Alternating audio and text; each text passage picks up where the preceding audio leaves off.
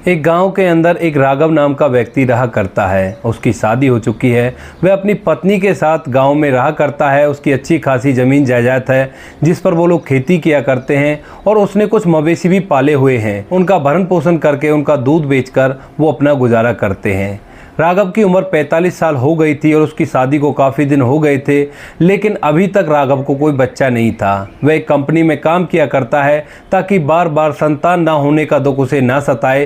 वह अपने आप को ज़्यादा से ज़्यादा व्यस्त रखने की कोशिश किया करता है। वह इधर उधर चारों तरफ इलाज करवाता हुआ घूमता है अपनी पत्नी का और अपना, कि किसी तरह से उसको एक संतान हो जाए। जो भी कोई उसे बताया करता कि उस मंदिर पे चले जाओ, फलाने साधु के पास चले जाओ, वहाँ जाने से बच्चा हो जाता है, वो उन सभी जगहों पर जाया करता और बच्चे के लिए अरदास लगाया करता। धीरे धीरे समय बीतता है और तभी राघव को पता चलता है कि उसकी पत्नी गर्भवती है। जैसे ही राघव ये बात सुनता है तो वह फूला नहीं समाता। वह फौरन अपनी ड्यूटी से अपनी पत्नी के पास आता है और खुशी के मारे झूम उठता है। अब वह अपनी ड्यूटी को भी छोड़ देता है। वो कहता है कि ठीक है, जितना पैसा हमें घर चलाने के लिए चाहिए वो हमारी खेती बाड़ी से और इन मवेशियों की देखभाल करने से हमें मिल जाएगा, उससे ज़्यादा हमें चाहिए ही क्या। ऐसा कहकर वो अपनी पत्नी का बहुत ही ज़्यादा ख्याल रखा करता और अब खेती बाड़ी में और मवेशियों को पालने में अपनी पत्नी की घर पर रहकर ही मदद किया करता है। धीरे धीरे समय बीतता है। उसकी पत्नी की डिलीवरी का समय आ जाता है और उसकी पत्नी एक लड़के को जन्म देती है। जैसे ही लड़का होता है तो राघव को बड़ी ही खुशी होती है इस चीज़ की और वह खुशी के मारे पूरे गांव में लड्डू बांट देता है। इधर जो उसके अड़ोस पड़ोस वाले थे वो भी उस बात को सुनकर बड़े ही खुश थे, क्योंकि राघव एक बहुत ही हंसमुख व्यक्ति था। वह कहीं भी जाया करता, सभी से अच्छी तरह से बात किया करता और सभी को खुश रखने की कोशिश किया करता था। तो इस वजह से पूरे गाँव में खुशी की लहर दौड़ जाती है कि राघव को बच्चा हो गया है। अब बच्चे का नाम वो रखते हैं रवि। रवि धीरे धीरे बड़ा होता है। राघव और उसकी पत्नी अच्छी तरह से उसकी देखभाल किया करते। अब राघव अपने खेतों में खेती किया करता और उन्हीं पैसों से घर का गुजर बसर कर रहा था। अब उनका बच्चा पढ़ाई के योग्य हो जाता है तो राघव अपने बेटे का गांव के ही स्कूल में एडमिशन करा देता है और उसे पढ़ने के लिए रोज़ भेजने लगता है। धीरे धीरे उसका बच्चा बड़ा होता है और राघव की उम्र ढलने लगती है। अब दोस्तों, बच्चे की शुरुआती एजुकेशन कंप्लीट हो जाती है। बच्चा जवान हो गया था तो वह अपने पिता से कहता है कि पिताजी, मुझे डॉक्टर बनना है। डॉक्टर बनने के लिए मैं बाहर जाना चाहता हूँ, वहीं से इसकी पढ़ाई होगी। अब इस बात को सुनकर राघव बड़ा ही खुश होता है, क्योंकि उसने अपने बेटे को बड़ी उम्मीदों से पाला था और वह चाहता था कि ये किसी बड़ी पोस्ट को हासिल करे, अपने मुकाम को हासिल करे, ताकि मेरा नाम चारों तरफ रोशन हो जाए।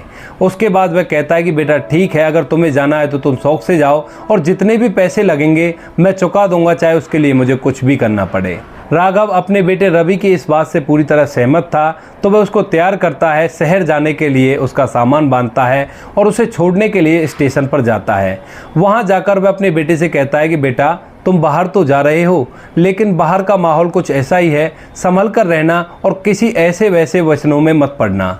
उसका बेटा कहता है कि पिताजी आप चिंता मत करो, मैं इस बात का बिल्कुल ध्यान रखूंगा, क्योंकि जो रवि था वो भी बड़ा ही आज्ञाकारी था, अपने माता पिता की बात माना करता था। तो अब रवि उस ट्रेन में बैठकर चला जाता है। इधर उसका पिता राघव उल्टा गांव में आ जाता है और गांव में रहकर अपनी खेतीबाड़ी को दोबारा से संभालने लगता है। धीरे धीरे समय बीतता है। इधर जो रवि है वो डॉक्टरी की पढ़ाई कर रहा है और जिस क्लास के अंदर रवि पढ़ा करता है वहीं उसी क्लास के अंदर एक लड़की थी जिसका नाम था सरोज। अब सरोज कई बार रवि की तरफ घूर घूर कर देखा करती थी। अब रवि भी इस बात को नोटिस करता है, लेकिन वो अभी कुछ कहता नहीं है। धीरे धीरे कुछ समय और बीतता है। तभी एक दिन अचानक से रवि उस लड़की सरोज से पूछ बैठता है कि सरोज, तुम मेरी तरफ इस तरह क्यों देखती हो। तभी सरोज कहती है कि मुझे ऐसा लगता है कि रवि, मैंने तुम्हें कहीं देखा है। उसके बाद रवि सरोज से पूछता है कि तुम कहाँ की रहने वाली हो। तो सरोज अपने डिस्ट्रिक्ट का नाम बताती है। जिस डिस्ट्रिक्ट के अंदर सरोज रहा करती थी उसी डिस्ट्रिक्ट का रवि भी रहने वाला था। तो वह सोचता है कि शायद तुमने मुझे उसी डिस्ट्रिक्ट में देखा होगा, मैं भी उसी डिस्ट्रिक्ट का रहने वाला हूँ और मेरा फलाना गाँव है। वह उसको अपना एड्रेस बता देता है। अब इस बात को सुनकर सरोज कहती है कि हाँ, शायद मैंने तुम्हें वहीं देखा होगा। इसके बाद दोनों में बातचीत आगे बढ़ने लगती है और धीरे धीरे उन दोनों की दोस्ती हो जाती है। उनकी डॉक्टरी की पढ़ाई चल रही थी और सरोज भी एक डॉक्टर ही बनना चाहती थी। धीरे धीरे समय बीतता है और उनकी दोस्ती कब प्यार में बदल गई उन दोनों को भी पता नहीं चलता है। उसके बाद एक दिन वो ऐसे ही कैंटीन में बैठे हुए एक दूसरे से बातें कर रहे थे, तो तभी रवि सरोज का हाथ पकड़ते हुए उससे कहता है कि सरोज, मैं तुमसे बहुत प्यार करता हूँ और मैं चाहता हूँ कि इस डॉक्टरी को होने के बाद भी ये हो या ना हो, हम दोनों एक दूसरे से शादी करें। इस बात को सुनकर सरोज भी एग्री करती है। वो भी कहती है कि मैं भी तुमसे बहुत प्यार करती हूँ, लेकिन इस बात को कहने की अब तक मेरी हिम्मत नहीं हुई थी। अब दोनों के प्यार का इजहार हो जाता है, दोनों एक दूसरे से बड़ा ही प्यार किया करते हैं। तो वह वादा कर लेते हैं कि चाहे हम कामयाब हों या ना हो, हम दोनों एक दूसरे से ही शादी करेंगे। सरोज भी वादा करती है और इधर रवि भी वादा कर लेता है। उनकी डॉक्टरी की पढ़ाई चल रही थी। अब जब डॉक्टरी के फाइनल एग्जाम आते हैं तो सरोज अपनी पढ़ाई पर अच्छी तरह से ध्यान देती है, लेकिन रवि थोड़ा सा अपने मार्ग से विचलित हो जाता है। वह अपने अमीर दोस्तों के साथ मिलकर पार्टियां किया करता, उनके साथ शराब पिया करता और ज़्यादातर सरोज के बारे में ही सोचा करता।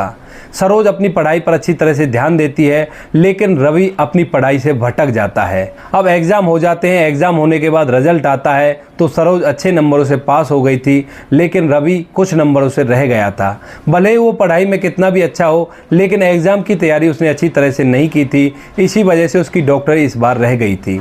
अब इसके बाद सरोज रवि के पास जाती है और उससे कहती है कि रवि, तू तो फेल हो गया और अब मैं तुम्हारे साथ नहीं रह सकती। तुझसे डॉक्टरी भी नहीं हुई और मैं एक बहुत बड़ी डॉक्टर हूँ, तो अब हमारा तुम्हारा मेल नहीं है, तो इस वजह से अब मुझसे बात करने की ज़रूरत नहीं है। जैसे रवि इस बात को सुनता है तो उसके पैरों तले से ज़मीन खिसक जाती है। वह सरोज से कहता है कि सरोज, ऐसा क्यों? तुमने तो कहा था कि अगर हम कामयाब हों तो भी ठीक है, अगर नहीं हुए तो भी ठीक है, हम दोनों एक दूसरे से शादी करेंगे। अब इसके बाद सरोज कहती है कि वो तो ठीक है, लेकिन मैं एक डॉक्टर रहूँगी और तुम ज़िंदगी भर मेरे पैसों पर खाओगे और मैं ऐसा नहीं चाहती। ऐसा कहकर सरोज वहाँ से चली जाती है और अब वह रवि का नंबर भी ब्लॉक कर देती है।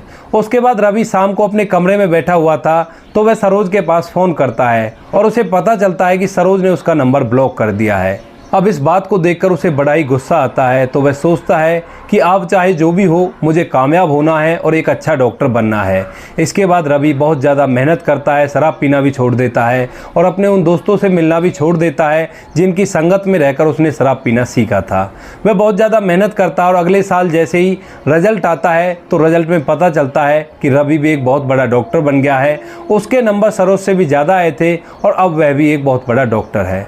अब जैसे ही रवि डॉक्टर बनता है तो वह सोचता है कि सरोज अब मुझसे अपने आप फ़ोन करेगी और मुझसे बात करेगी, लेकिन उसका ये अंदाज़ा गलत निकलता है। सरोज उसे ना ही फ़ोन करती है और ना ही कभी मिलने की कोशिश करती है। अब रवि बहुत ज़्यादा टूट जाता है, वह परेशान सा रहने लगता है। वह अपने गांव जाता है खुशखबरी देने के लिए, तो उसके माँ बाप इस बात को सुनकर बड़े ही खुश होते हैं। इधर पूरा गांव इस बात को सुनकर बड़ा ही खुश होता है, क्योंकि उसके पिता पूरे गांव के चहेते थे, तो इसी वजह से उसके बेटे की खुशी में पूरा गांव शामिल होता है और वो सभी खुशियां मनाते हैं कि उनके गांव का लड़का डॉक्टर बन चुका है, वो भी इतने अच्छे नंबरों से। उसके बाद उसके पिता कहते हैं कि बेटा, अब तुम डॉक्टर भी बन गए हो तो अब तुम्हें शादी कर लेनी चाहिए। इस बात को जैसे ही रवि सुनता है तो वह अपने पिता से साफ इनकार कर देता है, कहता है कि पिताजी, मुझे शादी नहीं करनी। ऐसा कहकर वह रूठ कर अपने कमरे के अंदर चला जाता है और दरवाज़ा अंदर से बंद कर लेता है। अब पिता जैसे इस बात को देखते हैं तो बड़े ही हैरान हो जाते हैं और परेशान से दिखाई देते हैं। अड़ोस पड़ोस वाले उसे समझाते हैं कि बेटा बड़ा हो गया है, वह डॉक्टर भी है, तो वह अपनी पसंद से शादी करना चाहता होगा, इसी वजह से उसने तुमसे मना कर दिया है। अब इस बात को जैसे ही बूढ़ा पिता सुनता है तो वह भी समझ जाता है कि शायद बेटे की पसंद में कोई लड़की होगी और इसी वजह से शादी करने से मना कर रहा है। तो इसी वजह से वह अपने बेटे से कुछ नहीं कहती। दूसरा दिन होता है। दूसरे दिन जो रवि है वो बिल्कुल नॉर्मल बिहेव करता है और अपने पिता को बताता है कि एक हॉस्पिटल से उसे जॉब के लिए ऑफ़र आ रहा है और मैं उस हॉस्पिटल में जॉब करना चाहता हूँ। तो उसका पिता कहता है कि बेटा, ये तो बड़ी अच्छी बात है, तुम अगर जॉब करोगे तो अच्छा खासा पैसा कमाओगे और पैसा कमाओगे तो हमारा घर परिवार अच्छी तरह से चलेगा। तो उसके बाद उसके पिता उसे जॉब के लिए उस जगह पर भेज देते हैं। वहाँ पर वो 1 साल लगभग अच्छी तरह से काम करता है और अपने आप को अपने क्षेत्र में पारंगत कर लेता है। अब उसके बाद 1 साल बाद वह दोबारा से अपने गांव आता है और जैसे ही गांव आता है तो उसके पिता उससे ज़बरदस्ती करते हैं और कहते हैं कि बेटा, लड़की वालों की मेरे पास लाइन लगी पड़ी है और वो बार बार कह रहे हैं कि अपने बेटे की शादी तो तुझे करनी ही है, हमारी लड़की से करा दो, हमारी लड़की से करा दो। लेकिन उसका बेटा इस बार भी मना कर देता है और वहाँ से चला जाता है। अब दोस्तों, इसके बाद वह फिर से वहीं पर जॉब करने लगता है। तभी उसे पता चलता है कि उसकी माँ का देहांत भी हो गया है। अब उसके बाद जैसे ही उसे एक खबर मिलती है तो वह फ़ौरन वहाँ से अपने गांव आता है। गांव आकर अपनी माँ का अंतिम संस्कार करता है। 10-12 दिन वहाँ शोक सभा मनाई जाती है, तो शोक सभा में भी बैठता है अच्छी तरह से। अब उसके बाद जब वह दोबारा से ड्यूटी ज्वाइन करने के लिए जाने ही वाला था तो उसके पिता उसके पास आते हैं और कहते हैं कि बेटा अब अच्छा होगा कि तू शादी कर ले, क्योंकि अब तेरी माँ भी नहीं है तो इस घर के अंदर रोटियां कौन पकाएगा। मैं चाहता हूं कि तू शादी कर ले, भले ही अपने लिए नहीं सही लेकिन मेरे लिए तो कर सकता है। अब इस बुढ़ापे में मुझसे रोटी पकाकर नहीं खाई जाएंगी। इस बात को सुनकर रवि थोड़ा सा मायूस हो जाता है, लेकिन इस बार वह अपने पिता को कोई जवाब नहीं देता। वह वहाँ से अपनी गाड़ी उठाता है और सीधा उस लड़की सरोज के घर पे पहुँच जाता है, क्योंकि जब वो दोनों एक दूसरे के रिलेशन में थे तो उस टाइम पे उसने सरोज का एड्रेस पूछ लिया था और उसे पता था कि सरोज कहाँ रहा करती है। वह पूछते पूछते सरोज के घर पहुँच जाता है और वहाँ जाकर जैसे वो घर के अंदर एंट्री करता है तो सामने सरोज के पिता बैठे हुए थे, जिसके चेहरे पर बड़ी बड़ी मूंछ थी और लंबा चौड़ा शरीर था उनका। वो आर्मी से रिटायर थे। घर में एक फौजी कार खड़ी हुई थी। अब जैसे ही रवि सामने सरोज के पिता को देखता है तो कहता है कि अंकल जी, मुझे सरोज से मिलना है। उसके पिता पूछते हैं कि बेटा तू कौन है, तो वह बताता है कि मेरा नाम रवि है और मैं सरोज के साथ उसी क्लास में पढ़ा करता था जिस क्लास में सरोज पढ़ा करती थी। अब इस बात को जैसे ही सरोज के पिता सुनते हैं तो वो उस पर एकदम गुस्सा हो जाते हैं और कहते हैं कि अच्छा होगा तू यहाँ से चला जाए, क्योंकि तूने मेरी बेटी की ज़िंदगी बर्बाद कर दी। वो पूरी तरह से डिप्रेशन में चली गई थी। बड़ी मुश्किल से हमने उसका इलाज कराया है और 15 दिन बाद उसकी शादी है। अब इस बात को जैसे ही रवि सुनता है तो उसके पैरों तले से ज़मीन खिसक जाती है और वो कहने लगता है कि अंकल जी ऐसा मत करो, मैं उससे बहुत ही प्यार करता हूँ और मैं चाहता हूँ कि मैं उसी से शादी करूँ। लेकिन उसके पिता साफ मना कर देते हैं, कहते हैं कि बेटा अब तो बहुत देर हो गई है, हमने उसकी शादी तय कर दी है और 15 दिन बाद उसकी शादी है, होटल भी बुक हो गया है, कार्ड भी छप गए हैं। अब इस बात को जैसे ही रवि सुनता है तो उनसे ज़बरदस्ती करने लगता है, लेकिन सरोज का पिता बहुत ही हट्टा कट्टा था तो उसे धक्के देकर वहाँ से बाहर निकाल देता है। अब रवि इस बात को देखकर पूरा मायूस हो जाता है और मायूसी में आकर दोबारा से अपने घर बैठ जाता है। जैसे ही उसका पिता उसे मायूस बैठा हुआ देखता है तो उससे पूछता है कि बेटा आखिर बात क्या है, तुम मुझे बता सकते हो, मैं तुम्हारा पिता हूँ। तो उसके बाद रवि अपने पिता को पूरी कहानी बताता है। वह बताता है कि जहाँ पर मैं पढ़ा करता था तो वहाँ पर मैं एक लड़की से प्यार किया करता था और मैं उसी से शादी करना चाहता हूँ। तो उसके पिता कहते हैं कि बेटा इसमें दिक्कत क्या है। तो वह कहता है कि पिताजी 15 दिन बाद उसकी शादी है, उस लड़की का नाम सरोज है और मैं उसके घर पे गया था अभी थोड़ी देर पहले और उसके पिता ने कहा है कि 15 दिन बाद उसकी शादी है, हमने होटल भी बुक कर रखा है और इसके कार्ड भी छपा दिए हैं। अब इसके बाद उसका पिता कहता है कि बेटा कोई बात नहीं, चाहे जो भी हो जाए मैं उसी लड़की से तुम्हारी शादी करके रहूँगा। अब इस बात को सुनकर रवि हैरान और परेशान सा कहता है कि पिताजी ये कोई हलवा बनाना थोड़ी है जो आप उससे मेरी शादी करा दोगे। उसकी शादी फिक्स हो चुकी है और 15 दिन बाद उसकी शादी है। तभी जो रवि के पिता हैं वे कहते हैं कि बेटा ऐसा कर, पूजा घर में एक कार्ड रखा हुआ होगा और उस कार्ड को लेकर आ। उसके बाद रवि मायूस सा पूजा घर पे जाता है और वहाँ जाकर उस कार्ड को उठाकर ले आता है और लाकर अपने पिता को देने लगता है। अब जैसे ही उसका पिता उस कार्ड को हाथ में लेता है तो वह हंसने लगता है और कहता है कि बेटा तू तो प्यार में इतना अंधा हो गया कि तुझे कुछ भी ढंग से दिखाई नहीं दे रहा। इस बात को सुनने के बाद रवि आश्चर्य भरी निगाहों से अपने पिता की तरफ देखता है और कहता है कि पिताजी आप कहना क्या चाहते हो। उसके पिता कहते हैं कि बेटा मैंने सुना तो था कि प्यार में लोग अंधे हो जाते हैं, लेकिन इतने अंधे हो जाते हैं ये आज अपनी आंखों से देख लिया है। तो रवि अपने पिता से कहता है कि पिताजी मैं वैसे ही बहुत ज़्यादा परेशान हूँ, आप जो कुछ भी कहना चाहते हो साफ साफ कहिए। तो उसके बाद जो उसका पिता है वो उस कार्ड को उसकी आंखों के सामने करता है और कहता है कि बेटा एक बार इस कार्ड को मुझे पढ़कर सुनाना। तो उसके बाद जैसे ही रवि उस कार्ड को पढ़ता है और देखता है कि उस कार्ड में और किसी का नहीं, उसका और सरोज का नाम ही लिखा हुआ है और सरोज का एड्रेस भी लिखा हुआ था। तो इस बात को सुनकर वो एकदम खुशी से पागल सा हो जाता है, अपने पिता को गोदी में उठा लेता है और घूमने लगता है। अब जैसे ही इतनी खुशी को उसका पिता देखता है तो खुशी के मारे उसकी आंखों में भी आंसू आ जाते हैं। तभी रवि अंदर जाता है और अपने फ़ोन से अपनी प्रेमिका को फ़ोन करने लगता है, लेकिन सरोज इस बार भी उसका फ़ोन नहीं उठाती है क्योंकि उसने उसे ब्लॉक कर रखा था। धीरे धीरे शादी का समय नज़दीक आ जाता है और अब शादी तक वह सरोज को एक फ़ोन भी नहीं करता है। वह सोचता है कि शादी हो जाने दो और शादी होने के बाद ही मैं उससे बात करूँगा। अब उन दोनों की शादी हो जाती है। शादी होने के बाद जब दोनों पति पत्नी एक दूसरे से मिलते हैं, रवि सरोज को देखता है तो देखते ही एकदम से बहुत ही ज़्यादा खुश हो जाता है। और जब रवि सरोज से पूछता है कि सरोज तुमने ऐसा क्यों किया, मुझे उस टाइम पर क्यों ठुकरा दिया था, तो उसके बाद सरोज कहती है कि अरे बुद्धू, मैं उस टाइम पर तुमसे ऐसा नहीं कहती तो क्या तुम आज एक इतने बड़े डॉक्टर बन पाते। इस बात को सुनकर रवि भी सहमत हो जाता है और उसकी समझ में आ जाता है कि सरोज ने उससे शादी से मना क्यों किया था। इसके बाद वह पूछता है कि सरोज, ये बताओ कि हमारी तुम्हारी शादी तय कैसे हुई थी। तो सरोज बताती है कि मैंने अपने पिता को बताया था और बताया था तुम्हारे बारे में कि तुम भी एक बहुत अच्छे डॉक्टर हो और हम दोनों एक दूसरे से प्यार करते हैं। तो उसके बाद मेरे पिता कई बार रिश्ता लेकर तुम्हारे पिता के पास आए, लेकिन उन्होंने मना कर दिया, कहा कि बेटा रिश्ता करने के लिए तैयार नहीं है। उसके बाद मैंने अपने पिता से कहा कि तुम उन्हें बताना कि वो मेरी लड़की से प्यार करता है और उसी से शादी करना चाहता है, इसी वजह से रिश्ते के लिए मना कर रहा है।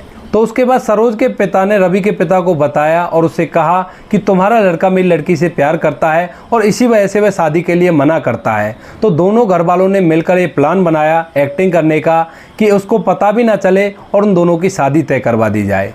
तो शादी तय हो गई थी, दोनों की शादी हो गई थी। सभी लोग हंसी खुशी उस घर के अंदर रहा करते हैं। तो दोस्तों ये थी आज की कहानी। आप लोगों को जैसी भी लगी हो कमेंट सेक्शन में बता देना। बाकी दोस्तों वीडियो अच्छी लगी तो वीडियो को लाइक और शेयर जरूर करें।